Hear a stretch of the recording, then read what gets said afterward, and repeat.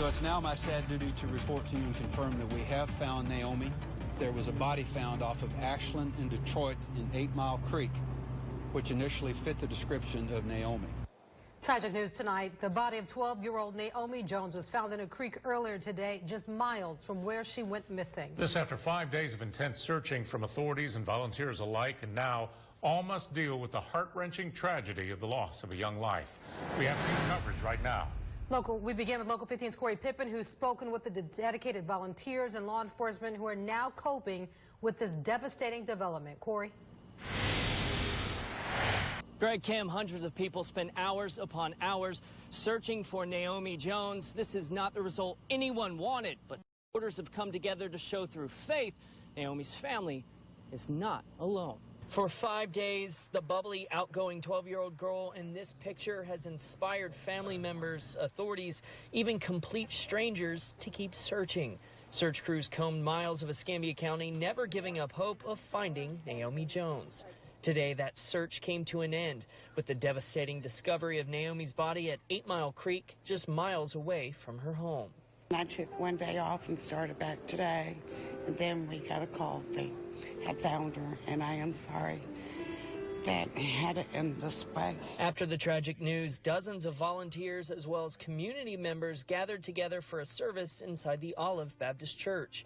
Many of whom, overwhelmed with emotion, shared tears and grief for Naomi and her family. I wouldn't wish this upon anyone. I hope God heals them in every way as possible. But ultimately, the message was hope. Joined together at the altar, many sang songs of prayer and love for Naomi and showed that the community isn't giving up and will never forget. She just turned 12 years old, a tragedy. But even though, with the power of God, this is what's going to get the family through it, with the community, the church as a whole. Cheryl Blue, a close family friend, says the prayer service meant the world to her and Naomi's family. She says it's an example of the faith they're leaning on right now to get through. It's saddened, but it's a blessing that she knew God, and we believe that she's with God. The biggest thing now, of course, is to find out who was the evil person that did this to Naomi. Now, I'm told the community is in the process of putting together a fundraiser for the family. Investigators say there are persons of interest in this crime. The investigation is still underway. Reporting live in Pensacola, I'm Corey Pippen, Local 15 News. Corey, thank you. 5 days after Naomi was reported missing. Now it's no longer a missing persons case, but a murder investigation. We have reason to believe through all the activities that have occurred over the last 5 days that we now have sufficient information to pursue some individuals who are persons of interest, who may be involved not only in the disappearance of Naomi, but might quite possibly be involved with her homicide. The sheriff says he is dedicated to bringing justice to Naomi's family. Following this outcome, everyone hoped would not become reality. I'm a sheriff. I'm a law enforcement officer. I don't care why. You've killed one of my citizens. That's all I'm concerned with. We want to solve this crime and bring to justice the person that took Naomi's life.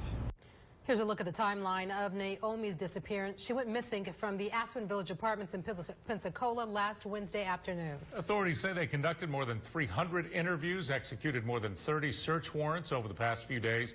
Saturday, a $20,000 reward was offered in the case. Today, law enforcement announced Naomi's body was found in 8 Mile Creek, just 4 miles from where she went missing.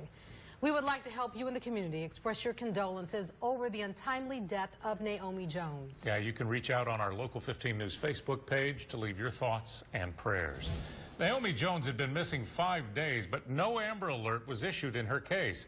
Escambia County Sheriff David Morgan says Amber Alerts are not issued locally. It is up to the Florida Department of Law Enforcement and the Attorney General's office to decide whether a case meets Amber Alert criteria. Since this case did not involve a vehicle, it was determined one will not be issued. You may remember here in Alabama, the Hawaii Robinson Emergency Missing Child Alert System Act went into effect in 2015. It's triggered by state and local officials once they confirm a child has gone missing.